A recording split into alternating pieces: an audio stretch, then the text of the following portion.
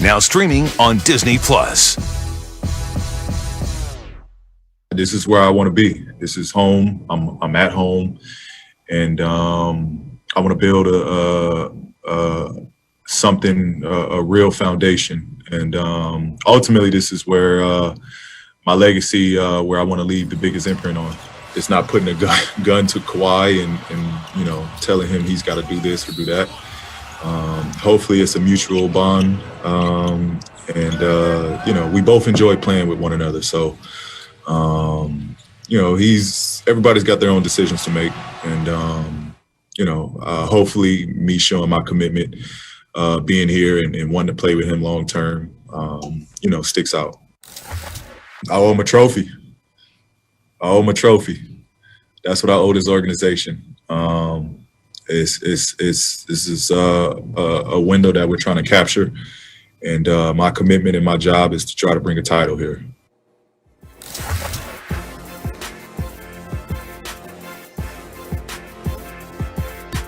Paul George got paid and the hair is tight. You can see it. He signs a max extension to stay with the Clippers. According to Woj, the deal guarantees George will make as much as $226 million over the next 5 years.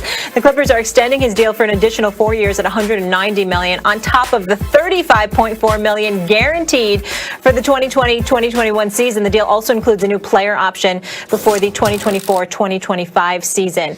Big Perk joins us, gracing your television screens. Always good to see you, sir. But Stephen A., I'm starting with you on this one. Do you feel like PG-13 deserved that kind of money, deserved the max? I believe he did. Regardless of his troubles in the postseason, I believe he deserves it. The fact of the matter is, when you've got a Russell Westbrook making $217 million, when you have John Wall over $170, and you see the kind of money that these guys are getting paid, I have no problem with Paul George getting this money. And a matter of fact, what I really, really want to applaud about him is the fact that he didn't duck and run. You hit the side of the damn backboard. You fold into Game 7. You don't get it done. I don't want you looking to go elsewhere and to skip town after this upcoming season because you could be a free agent. You right there in town in LA. They're willing to give you the money. You're going to be a face of the franchise. You ain't ducking and running, and you acknowledged for the public to know you owe the organization a ring, because last year, in my opinion, was your best chance to get it, and you blew it. So the fact that he's willing to embrace the challenge, accept the challenge, I like that. And in terms of the max extension, again, I've always been of the mindset it's not just what you do in the postseason, it's what you do over the course of 82 games. It's whether or not you show up and you're ready to roll. For the most part, throughout his career, when you watch some of these numbers, the year before he averaged 28, and so I'm looking at it from that perspective, and I'm saying to myself, excuse me, the brother's got potential. We've called him a star. Why are we lamenting the things that he did in the postseason? Because we expected better from him, and he didn't give that to us. So he's got some making up to do to the Clippers organization, and to those that had lofty expectations for him. But having said that, in terms of character as well, I don't think you can meet a better person. He's a real good dude. He's going to work hard. He's not going to cheat you with effort. His durability might be a question mark from time to time, but in the end, I think particularly in today's NBA economy with the money that's flowing around today, you got an opportunity to keep Paul George over the next 5 years. You do it. Let me be very clear. The Clippers had to extend him. They had to extend him because they had to make the trade for him, or else they get no Kawhi or Paul George. They had to do. Who wouldn't do that? And then once you have him, you can't let him walk out the door. Someone's going to give him a max contract. The Clippers had to do it. I get it. But did he deserve it? I take no pleasure in saying this, guys. The answer is no. He did not deserve it. Now, let me tell you something. For years, I would have heated debates when I would say Paul George is better than Carmelo Anthony. Because Carmelo was a better scorer, but Paul George was a very good scorer, and Paul George is a shutdown defender. Great defender, and Carmelo wasn't. I used to have debates with this. It's not like I'm not a Paul George guy. I really, really thought he was excellent for a number of years. Maybe before the mainstream caught on to how good he was. But here's the problem, guys. That applies to the regular season. He was 28, 8, and 6 on the year 2 years ago. On the season, he's capable of being a top 5 MVP player or in that conversation until it matters most. Guys, the reason you have to perform in the playoffs in the NBA, The only thing that matters is the playoffs. Don't talk to me about the regular season. Is this. They want to do play-in games now? Guys, already 8 teams in each conference make the playoffs. It's over 50% of the teams, 15 teams in each conference. Already over 50% of the teams make the playoffs. You add a play-in game, that's postseason. Once the season's over and you're still playing, that's postseason. So you mean to tell me 10 out of 15 teams make the playoffs, basically?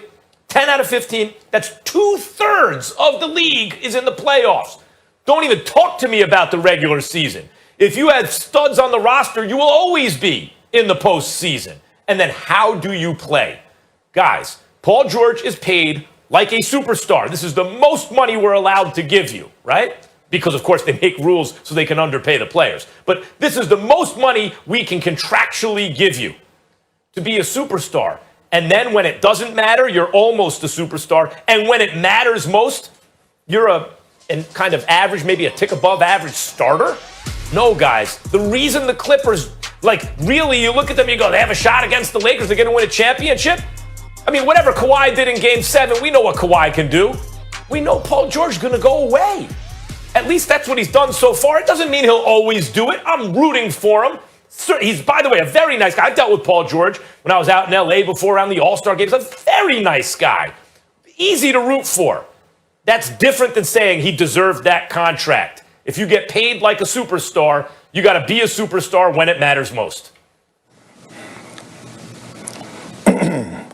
Well, Stephen A. Max, y'all know I was a former player, and I'm all in for guys that's playing to get their bread, to get their lettuce, because although basketball is entertainment to the outside world, I know that this is a job. And even when I was a vet, I encouraged guys to get their bread.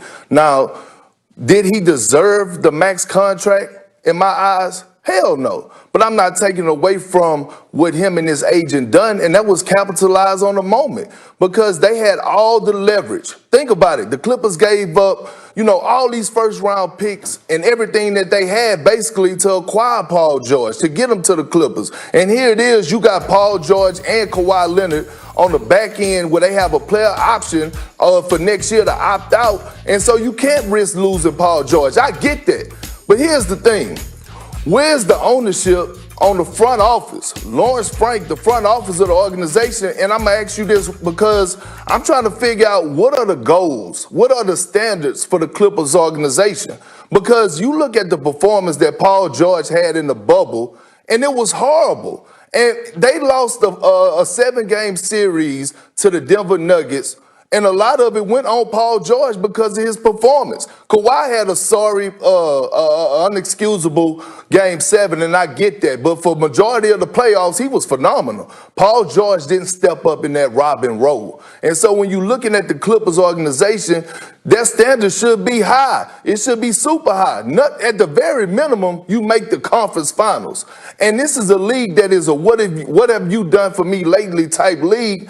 And if you go back and reflect, Paul George didn't do nothing. So I'm not knocking him for taking the deal, but I am putting a lot of ownership on the front office of what are your goals, what are your standards, and just handing out cash. Well, let me say this, and I think it's important. I get where you're coming from, KP.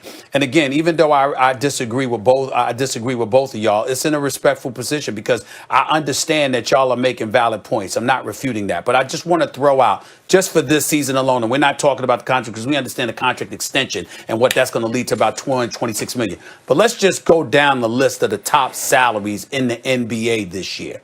We got no problem with Steph Curry, number one, at $43 million.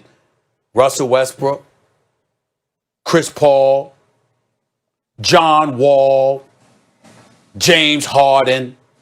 So they top 10. Blake Griffin is on this list too. At number 8 at $36.8 million.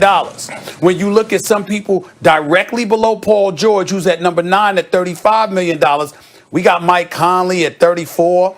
We got Jimmy Butler at 34. Kawhi Leonard, of course. Kemba Walker's there. Tobias Harris is there. Chris Middleton is there. All I'm trying to say to you is that when we look at it, if you're telling me, okay, Paul George doesn't deserve this because he came up small in a big spot. And by the way, his numbers in the postseason ain't what they are in the regular season. All I'm going to counter with y'all is that there's a lot of names on the list that we're fans of that we can say the same thing about. So when you look at it from that perspective, right, in terms of cats getting paid, none of us are faulting them for taking the money and getting paid. I'm just simply saying you have to take into account the position that the Clippers are in, what the market demands, and the guy that you got that we are willing to admit is a star.